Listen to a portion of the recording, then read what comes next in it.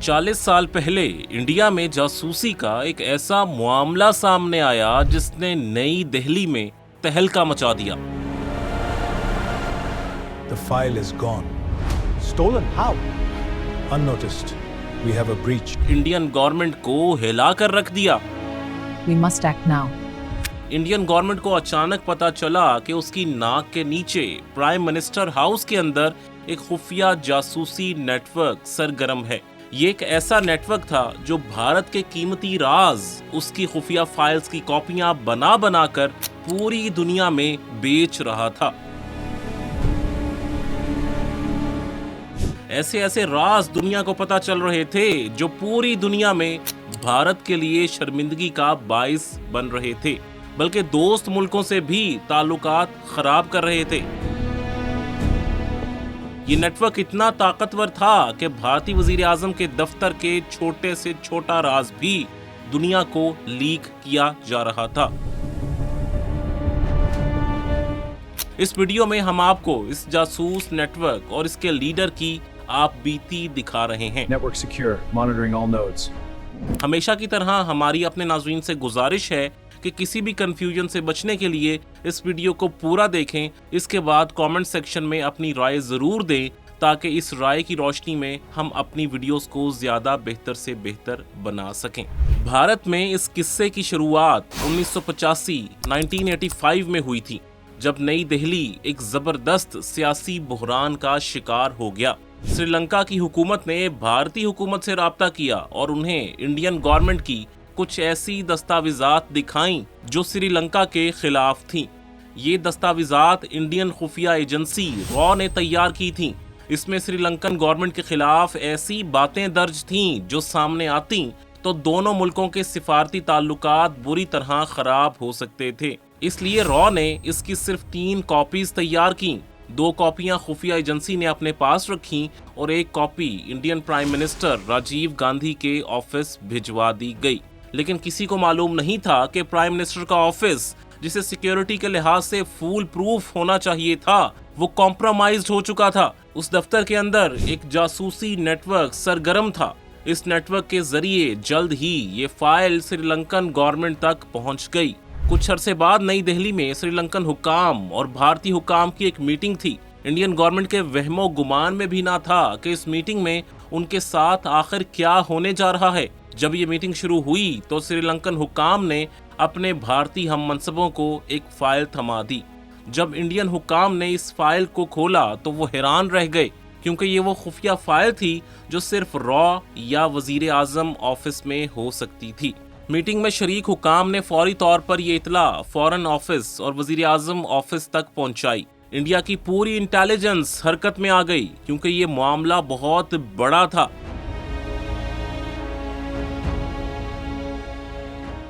Indian हुकाम कहते थे कि ये इंडिया के लिए एक शर्मनाक दस्तावेज है। इंटेलिजेंस एहलकार हैरान रह गए कि इंडिया में आला ओहदों पर फाइज लोगों के लिए लिखी गई दस्तावेज श्रीलंका तक आखिर कैसे पहुंच गई। उन्हें सिर्फ ये मालूम था कि इस अहम दस्तावेज की सिर्फ 3 कॉपियां थीं। 2 कॉपियां रॉ के आला हुकाम के पास, जबकि एक कॉपी वजीर आजम के दफ्तर को भिजवाई गई थी। इंडियन इंटेलिजेंस का ख्याल था कि ये राज सिर्फ प्राइम मिनिस्टर ऑफिस से लीक हुआ होगा, क्योंकि वही एक ऐसा ऑफिस था जो सिक्योरिटी के लिहाज से ज्यादा महफूज नहीं था। इसलिए उन्होंने इस हवाले से तहकीकात शुरू कर दी। इसके साथ ये भी चेक किया गया कि वो कौन लोग थे जो श्रीलंकन गवर्नमेंट को बराह रास्त मालूमात दे रहे थे। तहकीकात से ये पता चला कि इंडियन प्राइम मिनिस्टर हाउस से ये खुफिया दस्तावेज दरअसल एक फ्रांसीसी अफसर ने खरीदी थी। इन दस्तावेजात को एक खुफिया जासूसी नेटवर्क नारायण नेटवर्क के जरिए श्रीलंका पहुंचाया गया था। ये इतना बड़ा स्कैंडल था कि इंडियन मीडिया में इसे मोल इन दी PMO स्कैंडल का नाम दिया गया। इस स्कैंडल की वजह से इस वक्त के इंडियन वजीर आजम राजीव गांधी के प्रिंसिपल सेक्रेटरी PC अलेक्जेंडर ने इस्तीफा दे दिया था। जैसे जैसे तहकीकात का दायरा कार फैलता गया, इसमें कई नाम आते गए। जो सबसे बड़ा नाम आया वो था कुमार नारायण का। कुमार नारायण एक बिजनेसमैन थे और वजीर आजम हाउस का खुफिया नेटवर्क वही चला रहे थे। ایک بھارتی رائٹر کلول بھٹاچاریہ نے کمار نارائن کی زندگی کی کہانی لکھی ہے۔ ان کی کتاب کا نام a singular spy the untold story of Kumar Narayan ہے۔ اس کتاب کے مطابق کمار نارائن کا تعلق بھارتی صوبے تامل ناڈو سے تھا۔ وہ 1925 میں تامل ناڈو کے شہر کوئمبٹور میں پیدا ہوئے تھے۔ کمار نارائن 1949 میں کوئمبٹور سے دہلی شفٹ ہو گئے تھے۔ انہوں نے وزارت خارجہ میں بطور اسٹینوگرافر اپنے کیریئر کا آغاز کیا۔ وہ اہم ترین سرکاری دستاویزات ٹائپ کرتے تھے اور ایسا کرتے کرتے وہ بہت سے سرکاری رازوں سے واقف ہو چکے تھے۔ انہیں معلوم ہو گیا کہ سرکاری اداروں میں جو اسٹینوگرافر کام کرتے ہیں ان سے بہت سے راز حاصل کیے جا سکتے ہیں۔ ان رازوں کو بیرون ملک اچھی قیمت پر بیچا بھی جا سکتا ہے۔ اس خیال کو ذہن میں رکھ کر انہوں نے وزارت خارجہ میں اپنی نوکری سے استعفیٰ دے دیا۔ یہ استعفیٰ انہوں نے 1959 میں دیا تھا۔ اس کے بعد انہوں نے بظاہر انجینئرنگ کا سامان بنانے والی ایک کمپنی میں کام کرنا شروع کر دیا۔ اس کمپنی کا نام SML مانک لال تھا، لیکن یہ صرف ایک کور تھا۔ ان کا اصل کام کچھ اور ہی تھا۔ دفتر خارجہ میں کام کرتے ہوئے ان کے بہت سے سرکاری افسروں اور ملازمین سے تعلقات بن گئے تھے۔ انہوں نے ان تعلقات کو استعمال کیا اور بڑے سرکاری دفاتر کے چھوٹے بڑے ملازمین کو ساتھ ملا کر جاسوسی کا ایک نیٹ ورک بنا لیا۔ اس کے ذریعے انہوں نے سرکاری دفاتر سے قیمتی دستاویزات نکالنا شروع کر دیں۔ رفتہ رفتہ ان کے رابطے وزیر اعظم ہاؤس میں بھی مضبوط ہوتے چلے گئے۔ کمار نارائن نے راجیو گاندھی کے پرنسپل سیکرٹری کے پرائیویٹ سیکرٹری این ٹی کھیر، ان کے پی اے ملہوترا اور یہاں تک کہ ان کے چپڑاسی تک کو ساتھ ملا لیا۔ اس کے بعد وہ پرائم منسٹر آفس سے بھی خفیہ دستاویزات نکالنے لگے۔ ان دستاویزات کو بیچنے کے لیے انہوں نے یورپی ملکوں کے سفارت خانوں سے رابطے قائم کیے۔ ان سفارت خانوں میں مشرقی جرمنی، مغربی جرمنی، چیکوسلوواکیا، سوویت یونین اور پولینڈ شامل تھے۔ ان سفارت خانوں کو انہوں نے بھارت کی انتہائی خفیہ اور حساس دستاویزات کی فراہمی شروع کر دی، لیکن کچھ عرصے تک چھوٹی موٹی دستاویزات فروخت کرنے کے بعد ان کی لاٹری نکل آئی۔ انہیں اپنی خفیہ دستاویزات کا ایک بہت بڑا خریدار مل گیا جو انہیں مالا مال کر سکتا تھا۔ یہ خریدار فرانسیسی حکومت تھی۔ فرانس انڈیا کو جدید ہتھیاروں کی فروخت کے بڑے کانٹریکٹس حاصل کرنا چاہتا تھا، اس لیے فرانسیسی حکومت چاہتی تھی کہ وہ بھارتی حکومت کے ساتھ دفاعی سودوں اور ہتھیاروں کے پلانز کی معلومات حاصل کرے۔ اس طرح وہ اپنے کارپوریٹ مفادات کا تحفظ کرنا چاہتی تھی۔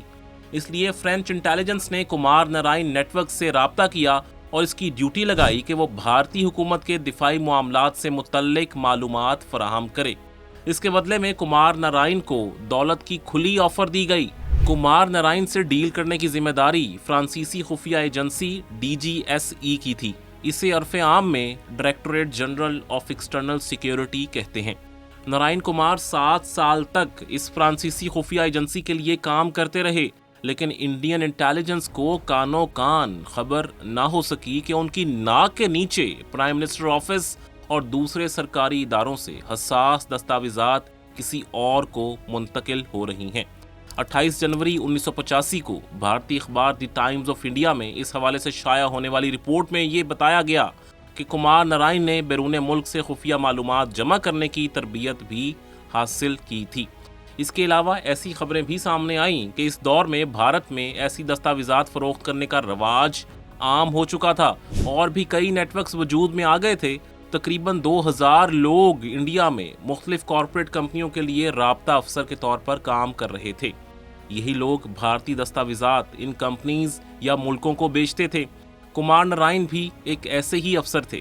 کمار نارائن کی انڈین گورنمنٹ میں پہنچ اور طاقت کا اندازہ اس بات سے لگائیں کہ بھارتی وزیر اعظم اور صدر کے دفتر سمیت ہر اہم وزارت میں ان کے دوست تھے۔ معاملے کی جانچ کے دوران یہ بات بھی سامنے آئی کہ وزیر اعظم کے دفتر میں تعینات پی گوپالن انہیں اپنے والد کی طرح مانتے تھے۔ پاسپورٹ آفس میں درج دستاویز میں انہوں نے لکھا تھا کہ ان کی موت ہو جائے تو کمار نارائن کو اس کی اطلاع دی جائے۔ فرانسیسی خفیہ ایجنسی کے ساتھ کام کرنے کے دوران کمار نارائن مسلسل دولت مند ہونے لگے۔ انہیں خفیہ دستاویزات بیچ کر اتنے پیسے مل گئے کہ وہ بڑی بڑی جائیدادیں خریدنے لگے۔ وہ اپنے ملنے والوں کو مہنگے مہنگے تحفے دیتے تھے लेकिन ज़्यादातर वो ये तोहफे सरकारी अफसरों को ही दिया करते थे और इस तरह अपना नेटवर्क मजबूत से मजबूत तर करते जा रहे थे। फिर उन्होंने फ्रांस को श्रीलंकन गवर्नमेंट के बारे में वो अहम दस्तावेज भेजी जिसका वीडियो के शुरू में जिक्र आया था। इस तरह इंडियन गवर्नमेंट को पता चल गया कि उनकी कीमती सरकारी दस्तावेजात किसी खुफिया तरीके से दूसरे मुल्कों तक पहुंच रही हैं। इसलिए इंडियन इंटेलिजेंस पूरी तरह अलर्ट हो गई। ये वो दौर था जब इंदिरा गांधी के कत्ल के बाद दिल्ली में हाई अलर्ट था और इक़्तिदार के ऐवानों में मौजूद हर शख्स शको शुबे की जद में था। एक वक्त ऐसा आया जब वजीर आजम और सदर के दफ्तर के आला हुक्काम की सरगर्मियों पर भी नजर रखी जाने लगी, लेकिन इसके बावजूद वजीर आजम के दफ्तर से कुमार नारायण का राब्ता नजर नहीं आ रहा था। कुमार नारायण को पुलिस ने महज इत्तफाक से पकड़ा था। दरअसल एक रोज सीबीआई में काम करने वाले वित्त प्रकाश शर्मा दिल्ली में अपने एक दोस्त सुभाष शर्मा से मिलने गए। सुभाष शर्मा की फोटोकॉपी की दुकान थी। जब प्रकाश शर्मा दुकान में दाखिल हुए तो वहां काफी रोशनी थी। इत्तफाक से उनकी नजर फोटोकॉपी किए हुए एक सफ़े पर पड़ी जिस पर सेंट्रल इंटेलिजेंस ब्यूरो लिखा था। वित्त प्रकाश ये दस्तावेज देखकर चौंक गए। उन्हें अपने तजुर्बे से पता था कि इंटेलिजेंस ब्यूरो अपने कागजात को बाहर लाने की इजाज़त नहीं देता। फिर इतनी खुफिया दस्तावेज यहाँ कैसे आई? उन्होंने फैसला कर लिया कि वो इस मामले की तह तक जरूर जाएंगे। इसलिए वित्त प्रकाश कमरे के कोने में एक कुर्सी पर बैठ गए। जिस शख्स ने फोटोकॉपी करवाई, सुभाष शर्मा की पीठ उसकी तरफ थी। वो उसका चेहरा नहीं देख सके, लेकिन उन्होंने ये देखा कि जो कागजात वो फोटोकॉपी करवा रहा था उन पर वजीर आजम के दफ्तर और ऐवान सदर के लिए निशान लगा दिया गया था। यानी ये कागजात सिर्फ प्राइम मिनिस्टर या प्रेसिडेंट हाउस के लिए थे, उन्हें बाहर लाने की इजाज़त नहीं थी। ये कागजात आसाम, कश्मीर, हैवी इंडस्ट्रीज और पाकिस्तान से मुतल्लिक थे। इसके बाद वित्त प्रकाश हर रोज़ बहाने से अपने दोस्त की दुकान पर जाने लगे। वो हर रोज़ इस शख्स को देखते जो ये फोटोकॉपी कराने आता था। ये प्राइम मिनिस्टर हाउस का चपड़ासी था। ये सिलसिला कई दिन तक चलता रहा। जो कागजात भी वो फोटोकॉपी के लिए लाता, वित्त प्रकाश इन्हें नोट करते थे। इन कागजात में इंडिया के अंदरूनी और बैरूनी चैलेंजेस पर इंटेलिजेंस ब्यूरो की ब्रीफिंग्स मौजूद थीं। सुभाष शर्मा की दुकान दिल्ली के कल्ब में वाक़े कनॉट पैलेस पर वाक़े थी। ये काम इस कदर खुलेआम हो रहा था, लेकिन इंडियन इंटेलिजेंस इससे अभी तक बेखबर रही थी। यह वित्त प्रकाश के लिए बहुत तशवीश की बात थी। जब वित्त प्रकाश को मुकम्मल एतमाद हो गया कि इन दस्तावेजात को किसी गलत इरादे से फोटोकॉपी कराया जा रहा है, तो उन्होंने अपने साबिक बॉस और इंटेलिजेंस ब्यूरो के एडिशनल डायरेक्टर JN राय से राब्ता किया और उन्हें सब कुछ बताया। राय ने कुछ अफसरान को फोटोकॉपी शॉप पर तहकीकात के लिए भेजा, लेकिन वो फौरी तौर पर कोई ठोस सबूत हासिल नहीं कर सके। लेकिन वित्त प्रकाश इस हवाले से मजीद शवाहिद जमा करना चाहते थे। वो मुसलसल दुकान पर जाते रहे और इस चपरासी पर कड़ी नजर रखी। एक दिन उन्होंने मौका पाकर चपरासी का लाया हुआ एक कागज चुरा कर अपने कोट की जेब में डाल दिया। वो घर वापस आए और कागज जेब से निकाल कर पढ़ा। उन्हें मालूम हुआ कि ये कागज भी इंटेलिजेंस ब्यूरो का था और इसे भी पब्लिक में लाने की इजाजत नहीं थी। अब उन्हें पूरा यकीन हो गया कि इनका शक दुरुस्त था। वहां से वो सीधे अपने साबिक बॉस JN राय के पास गए। उन्होंने JN राय को ये कागज दिखाया। ये कागज देखकर राय उछल पड़े। अब वो इससे इनकार नहीं कर सकते थे और मामला भी बहुत गड़बड़ था। उन्होंने पूरे मामले की तहकीकात कराने का फैसला किया। वित्त प्रकाश ने उनसे कहा कि दुकान का मालिक इस काम में मुलव्वस नहीं, इसलिए इसे परेशान नहीं किया जाना चाहिए। इसलिए ये फैसला किया गया कि फिलहाल निगरानी की जाएगी। इंटेलिजेंस ब्यूरो के लोग सादा कपड़ों में फोटोकॉपी शॉप की निगरानी करने लगे। अगले दिन चपरासी फिर आया और उसने मजीद कागजात फोटोकॉपी करवाए। फिर वो दुकान से निकला तो वित्त प्रकाश ने एक एजेंट को इशारा किया कि यही वो शख्स है जो खुफिया कागजात फोटोकॉपी करवा रहा था। वो एजेंट फौरन चपरासी के पीछे चल पड़ा। उसने चपरासी की पूरी नकलो हरकत नोट की कि ये किन लोगों से मिल रहा है। इस तरह कई लोगों से मुतल्लिक मालूमात सामने आईं। कुछ ही दिन में कुमार नारायण का पूरा नेटवर्क बेनकाब हो चुका था। इस एक्ट में मुलव्वस तमाम लोगों की शनाख्त कर ली गई थी, लेकिन कुमार नारायण इन सब बातों से बेखबर थे कि उनका राज खुल चुका है। वो अपने दफ्तर में PMO में काम करने वाले P गोपालन का इंतजार कर रहे थे। रात के तकरीबन 11 बजे गोपालन एक ब्रीफ केस लेकर नारायण के पास पहुंचे। कुमार ने उनके लिए विस्की की बोतल खोली और बातें करने लगे। इसी दौरान उन्हें दरवाजे पर दस्तक सुनाई दी। जैसे ही दरवाजा खुला, इंटेलिजेंस ब्यूरो की टीम कमरे में दाखिल हो गई। उन्होंने पी गोपालन और कुमार नारायण को हिरासत में लेकर ऑफिस की तलाशी लेना शुरू कर दी। उन्हें कुमार की मेज पर सिर्फ 1.5 घंटा पहले होने वाली काबीना मीटिंग के नोट्स भी मिले। ये खुफिया नोट्स कुमार नारायण के पास पहुंचना खतरनाक बात थी, इसलिए टीम ने कुमार और गोपालन को गिरफ्तार कर लिया और पूरे दफ्तर की बारीक बीनी से तलाशी शुरू कर दी। तलाशी का ये अमल सुबह तक जारी रहा। इसके बाद नारायण और गोपालन को पूछगछ के लिए लाल किला दिल्ली मुंतकिल कर दिया गया।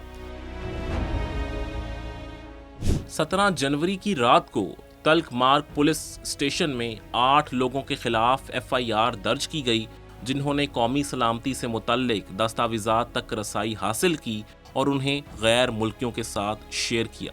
गिरफ्तार किए जाने वालों में एक कश्मीरी शख्स TN खेर थे, जो PM के प्रिंसिपल सेक्रेटरी PS अलेक्जेंडर के प्राइवेट सेक्रेटरी भी थे। अलेक्जेंडर के पर्सनल सेक्रेटरी की हैसियत से उनकी रसाई पूरे वजीर आजम दफ्तर तक थी। एक और शख्स KK मल्होत्रा को भी गिरफ्तार किया गया, जो वजारत दाखिला से वजीर आजम के दफ्तर में डेपुटेशन पर आए हुए थे। गिरफ्तार होने वाले तीसरे अहम शख्स S शंकरन थे, जो सदारती प्रेस एडवाइजर तरलोचन सिंह के सीनियर पर्सनल असिस्टेंट थे। जनूबी हिंद के शहर मदोरई के रहने वाले शंकरन 20 साल से ज्यादा अरसे से सदर के अमले में थे और सदारती स्टेट में रह रहे थे। कुछ दिन की पूछगछ के बाद कुमार को भारत की बदनामे जमाना तहाड़ जेल में भेज दिया गया। जेल के माहौल का कुमार की सेहत पर बहुत बुरा असर पड़ा और वो बीमार रहने लगे। उन्हें ये डर सताने लगा कि उन्हें जेल में कत्ल कर दिया जाएगा, इसलिए वो रातों को जाग कर चीखने चलाने लगते। तहाड़ जेल के साबिक प्रेस ऑफिसर सुनील गुप्ता का कहना था कि कुमार हर वक्त रोते रहते थे। गिरफ्तारी के पहले 2 माह उनका वजन 20 किलो कम हो गया था। हम उनसे मजाक में कहते थे कि वजन कम करना तो अच्छी चीज है, इससे वो ज्यादा देर तक जिंदा रहेंगे। इन गिरफ्तारियों को बैरूनी दुनिया से पोशीदा रखा गया था, लेकिन द हिंदू अखबार के जर्नलिस्ट GK रेड्डी को इसका इल्म हुआ और उन्होंने सबसे पहले ये खबर शाया कर दी। कुमार नारायण ने अपने 15 सफ़हात पर मुश्तमिल इकबालिया बयान में इतराफ़ किया कि जासूसी के इस केस में कम से कम 3 मुमालिक शामिल थे। कुमार नारायण ने ये भी इंकशाफ किया कि वो इन मुल्कों को गुज़िश्ता 25 साल से नकदी के इवज़ खुफिया दस्तावेजात फराहम कर रहे थे।